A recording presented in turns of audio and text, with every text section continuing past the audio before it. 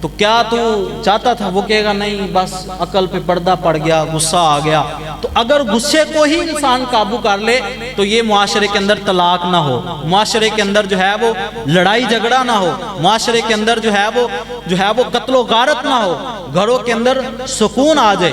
آج چھوٹی چھوٹی بات پر جو ہے وہ غصہ کر لیا جاتا ہے۔ میرے آقا علیہ الصلوۃ والسلام کا فرمان عالی شان یہ ہے، آپ نے فرمایا پہلوان وہ نہیں ہے جو میدان کے اندر، کھاڑے کے اندر جو ہے وہ کسی کو نیچے گرا دے، پہلوان وہ ہے جو اپنے غصے کے وقت اپنے آپ کو قابو میں رکھ لے۔ آج کتنے ہمارے ینگ جنریشن ہے جو غصے کو قابو کر سکتی ہے؟ نہیں کر رہے۔ لہذا غصے کو قابو کریں گے تو جو ہے وہ گھر کے اندر سکون ہوگا، گھر کے اندر جو ہے وہ امن ہوگا۔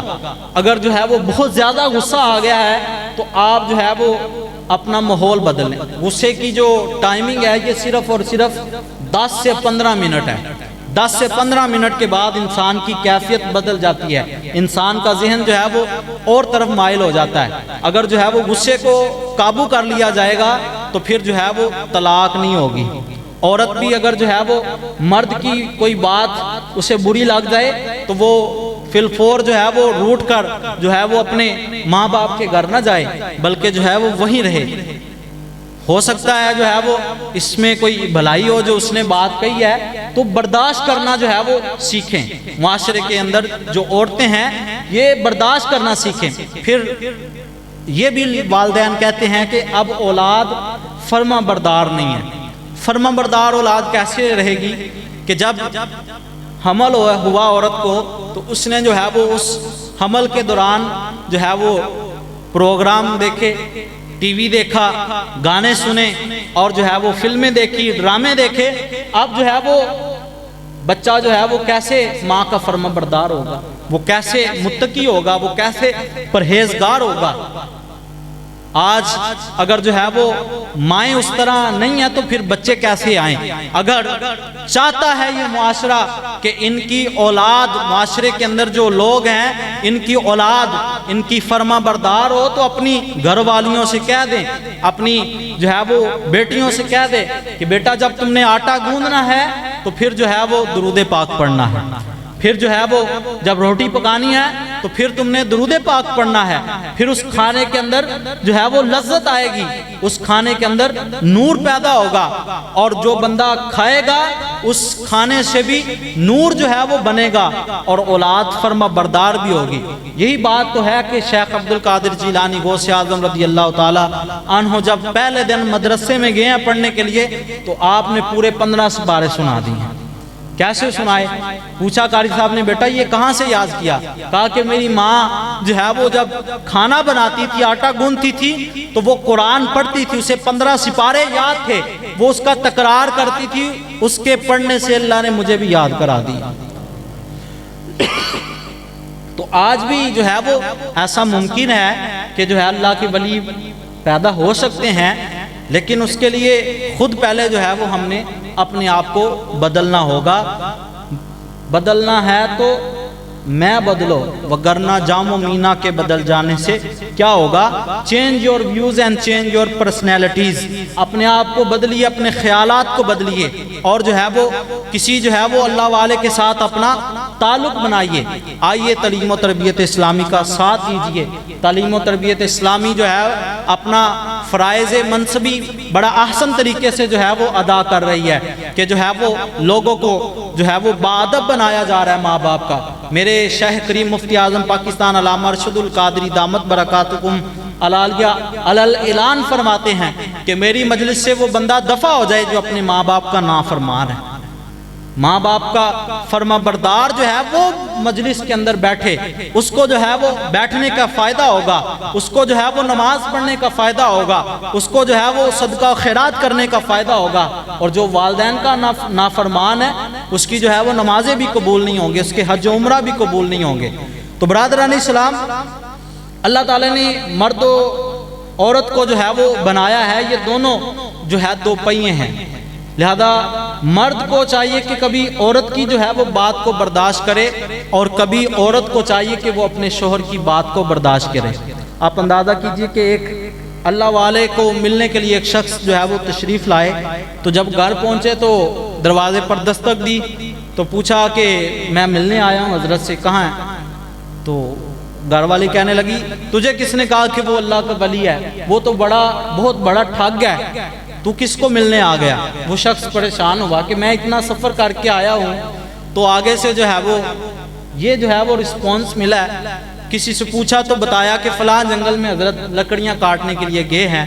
جب اس جنگل کی طرف گئے تو آگے دیکھا کہ حضرت جو ہے وہ شیر پر سواری کر کے آ رہے ہیں اور اس کے اوپر لکڑیاں رکھی ہوئی ہیں، اور جو ہے ہاتھ میں عصا کے طور پر سانپ کو پکڑا ہوا ہے۔ وہ شخص دیکھ کے تو ڈر گیا، کہا کہ حضور یہ کیا ماجرا، شیر پر سواری، اس کے اوپر لکڑیاں، ہاتھ میں جو ہے وہ سانپ کو عصا بطور تھاما ہوا ہے، یہ ماجرا کیا ہے؟ اور گھر بیوی آپ کی یہ فرما رہی، آپ نے فرمایا کہ اس کی باتوں کو سننے کی وجہ سے اللہ تعالیٰ نے مجھے یہ مقام عطا کر دیا ہے۔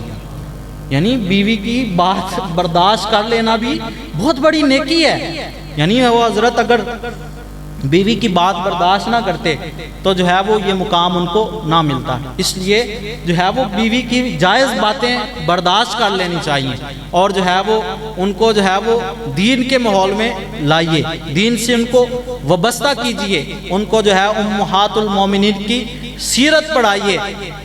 اگر جو ہے وہ روٹھنا عورتوں کی جو ہے وہ عادت ہے تو منانا میرے آقا کی سنت بھی تو ہے نا۔ اگر عورت روٹھ جائے تو پھر اس کو جو ہے یہ تھوڑی ہے کہ چل جا، جانا ہے تو چلی جا، اس کو منانا بھی تو میرے آقا کی سنت ہے۔ میرے آقا علیہ السلام فرماتے ہیں اے عائشہ جب تم مجھ سے ناراض ہوتی ہے تو مجھے پتہ چل جاتا ہے۔ کہا کیسے یا رسول اللہ؟ کہا کہ جب تم مجھ سے خوش ہوتی ہے تو کہتی ہو رب محمد کی قسم، اور جب تم ناراض ہوتی ہو تو تم کہتی ہو مجھے ابراہیم کے رب کی قسم ہے۔ اگر وہ ناراض ہوتی تھی تو میرے آقا ان کو مناتے بھی تھے۔ آج جو ہے وہ محبت کے جو ہے وہ بڑے انداز کے اندر جو ہے وہ زندگی گزارنی ہوگی، وگرنہ یہ جو عدالتیں ہیں یہ تو پہلے جو ہے وہ اسی لیے بیٹھی ہوئی ہیں لوگوں کی جو ہے وہ طلاقیں کرانے کے لیے۔ میرے آقا علیہ السلام نے فرمایا اللہ کے ہاں حلال چیزوں میں سے سب سے جو ناپسندیدہ ہے وہ طلاق ہے۔ اللہ کو جو ہے وہ سب سے ناپسندیدہ جو چیز ہے وہ طلاق ہے۔ تو آج اندازہ کیجئے کہ کئی بار جو ہے وہ مدرسہ کے اندر جو ہے وہ شخص آتے ہیں اور جو ہے وہ سفید داڑھی ہوتی ہے، جی حضرت او جی بس طلاق ہو گئی ہے، آپ کے بیٹے کی ہو؟ نہیں میری اپنی ہو گئی ہے۔ اللہ جی ہوا کیا؟ بس یہ وہ غصے کے اندر جو ہے یہ بات نکل گئی۔ تو بھائی جب غصے کو ہی ہم کنٹرول کر لیں گے تو پھر طلاق کیسے ہوگی؟ غصے کو کنٹرول کرنے کا طریقہ بھی میرے آقا نے بتایا کہ جب کسی کو غصہ آئے تو وہ وضو کر لے۔ کہیے سبحان اللہ۔ یہ باتیں اگرچہ سادی، اب موضوع ایسا دیا گیا تو یہ باتیں بھی پھر ایسی ہوں گی نا سادہ، وہ زوردار انداز تو پھر جو ہے وہ اور باتوں میں ہوتا ہے۔ تو یہ اب سادی باتیں ان کو سیکھ لیں، یہ آپ یاد رکھ لیں گے تو آپ کو فائدہ رہے گا اپنی معاشرتی زندگی میں، عائلی زندگی میں، خاندانی جو زندگی آگے جن کی ابھی شادیاں ہونی ہیں، جب ان کو پہلے ہی پتہ چل جائے گا یہ باتیں ساری کا تو پھر انشاءاللہ ان کی جو زندگی ہوگی وہ پرسکون زندگی ہوگی، خوشحال زندگی ہوگی۔ تو آئیے تعلیم و تربیت اسلامی کے ساتھ وابستہ ہو جائیے اور جو ہے وہ دین کا جو ہے وہ کام کیجئے۔ الحمدللہ ہماری یہ تحریک جو ہے وہ پوری ایمانداری کے ساتھ جو ہے وہ دین کا کام کر رہی ہے۔ یہاں بہاولپور کے اندر جو ہے وہ حضرت تشریف فرما ہیں اور جو ہے وہ کام کر رہے ہیں، ان کا ساتھ دیجئے۔ یہ اللہ کے ولی ہیں، اللہ کے ولی کے سر پر کوئی سینگ نہیں ہوتے کہ جو ہے وہ سینگ ہوں گے تو ہم اسے دیکھ کے اللہ کا ولی سمجھیں گے۔ اللہ کے ولی کون ہوتے ہیں؟ الذین آمنوا وکانوا یتقون۔ اللہ کے ولی وہ ہیں ایک نمبر پر وہ ایمان والا ہو۔ کون؟ ایمان والا، اور دوسرا یتقون، اللہ سے ڈرنے والا ہو، تقوی اختیار کرنے والا ہو۔ تو الحمدللہ ایمان والے بھی ہیں اور تقوی والے بھی ہیں، پرہیزگار بھی ہیں، سنت موافق سنت بھی ہے، داڑھی بھی رکھی ہے، سر پر امامہ بھی ہے۔ اللہ کا ولی کی نشانی یہ ہے کہ وہ جو ہے وہ مدرسہ بناتا ہے اور جو ہے مسجد بناتا ہے اور لوگوں کو نماز پر لگاتا ہے۔ ہمارے بزرگان دین نے کہا ہے کہ اگر تمہیں کوئی پانی پر چل کر دکھائے یا تمہیں ہوا میں کوئی اڑ کر دکھائے اس کو اللہ کا ولی نہ سمجھنا۔ اللہ کا ولی وہ ہوگا جو زیادہ قرآن جانتا ہوگا، جو زیادہ حدیث جانتا ہوگا۔ ولایت کا معیار لوگوں نے پتہ نہیں کیا سمجھ لیا، جو بالکل کپڑے اتار دیتا ہے اس کو بھی ولی سمجھ لیتے ہیں، اور جو سال سال نہاتا نہیں ہے اس کو بھی لوگ ولی سمجھ لیتے ہیں۔ ولایت کا یہ معیار نہیں ہے۔ ولایت کا معیار یہ ہے کہ جو قرآن کو جانتا ہو اور حدیث کو جانتا ہو۔ تو الحمدللہ یہاں پر ہر اتوار کو حلقہ ذکر ہوتا ہے، اس میں بھی جو ہے وہ آپ شرکت کیا کریں اور حضرت سے بیعت ہو جائیں۔ حضور سیدی غوث اعظم رضی اللہ تعالیٰ عنہ کا فرمان ہے کہ میرا مرید اس وقت تک توبہ نہیں کرے گا جب تک، میرا مرید اس وقت مرے گا نہیں جب تک وہ سچی توبہ نہ کر لے۔ تو یہ حضرت غوث اعظم کی مریدوں میں شامل کرواتے ہیں۔ تو جو بیعت ہونا چاہے وہ بیان کے بعد حضرت سے بیعت ہو جائے اور غوث اعظم کے مریدوں میں شامل ہو جائے۔ آپ اندازہ کیجئے غوث اعظم رضی اللہ تعالی عنہ کا مقام و مرتبہ کیا ہے کہ آپ ایک مرتبہ جو ہے وہ خطبہ ارشاد فرما رہے تھے، آپ کے جو ہے وہ مریدوں میں علی ابن حیتی تشریف فرما تھے اور ان کو خطاب کے درمیان جو ہے وہ اونگ آ گئی، تو حضور سیدی غوث اعظم رضی اللہ عنہ اٹھے اور جا کر علی ابن حیتی کے سامنے جو ہے ہاتھ باندھ کے کھڑے ہو گئے۔ لوگوں نے دیکھا کہ یہ کیسا پیر ہے کہ اپنے مرید کے سامنے ہاتھ باندھ کے کھڑے ہو گئے ہیں۔ یہ تو سمجھ میں آتا ہے کہ مرید اپنے پیر کے سامنے ہاتھ باندھ کے کھڑا ہو، لیکن یہ عجیب ماجرا ہے کہ پیر اپنے مرید کے سامنے ہاتھ باندھ کے کھڑا ہو گیا۔ جب تھوڑی دیر کے بعد علی ابن حیتی کو جو ہے وہ جاگ آئی تو آپ واپس منبر پر تشریف لائے اور آ کر فرمایا، علی ابن حیتی میرے نانا جان تمہیں کیا ارشاد فرما رہے تھے؟ کہنے کی بات یہ ہے کہ جن کو بند آنکھوں میں جو ہے وہ آقا علیہ السلام کی زیارت ہوتی ہے، غوث اعظم جاگتی آنکھوں سے اپنے نانا جان کا دیدار کرتے ہیں۔ ایک مرتبہ آپ نے اپنے بیٹے عبدالرزاق کی ذمہ داری لگائی کہ جمعے کے خطبات دینے میں حج کے لیے جا رہا ہوں۔ جب وہ واپس آئے تو پوچھا بیٹا کیسے رہے؟ کہا بابا جان جہاں علم کی بات تھی، جہاں فن کی بات تھی، جہاں جو ہے وہ صرف نحو اور جو ہے دیگر علوم کی بات تھی، وہ میں نے سارے جو ہے وہ دیانتداری کے ساتھ لوگوں کے سامنے رکھے، لیکن لوگ ٹس سے مس نہیں ہوئے۔ اور جب آپ منبر پر جلوہ گر ہوتے ہیں اور آپ کہتے ہیں الحمدللہ، تو لوگوں پر وجد آفری سما بن جاتا ہے۔ کہا کہ بیٹا تو بات کرتا رہا اپنے علم اور فن کی زور پر، لیکن جب تیرا بابا خطاب شروع کرنے لگتا ہے اس وقت تک خطاب شروع نہیں کرتا جب تک بغداد سے لے کر مدینہ شریف تک سارے حجابات اٹھ نہیں جاتے اور میں اپنے نانا جان کا دیدار نہیں کر لیتا۔ یعنی ایسے پیر کے آپ مرید بن جائیے۔ تو یہ حضرت غوث اعظم کے مریدوں میں جو ہے وہ بیعت بھی کرتے ہیں، ان کا ساتھ دیجیے۔ ساتھ دینے سے مراد حضرت کے ذاتی کام نہیں کرنے، ہم نے دین کا کام کرنا ہے۔ ہم نے جو ہے وہ لوگوں کو ماں باپ کا کیا بنانا ہے؟ فرما بردار بنانا ہے۔ ہم نے لوگوں کو نمازی بنانا ہے۔ ہمارا ساتھ دیں گے؟ اگر آپ نے ساتھ دے دیا تو انشاءاللہ جتنے لوگ آپ کے توسط سے حضرت کے مرید ہوں گے آپ کو تو ثواب ملے گا، اور جو آپ کے توسط سے حضرت کے ساتھ لگ جائیں گے انشاءاللہ ان کو بھی ثواب ملے گا۔ اللہ تعالیٰ مجھے اور آپ کو اس پر عمل کرنے کی توفیق عطا فرمائے، اور دین متین کی خدمت کے لیے اللہ ہم سب کو چن لے۔ وما علینا الا البلاغ المبین۔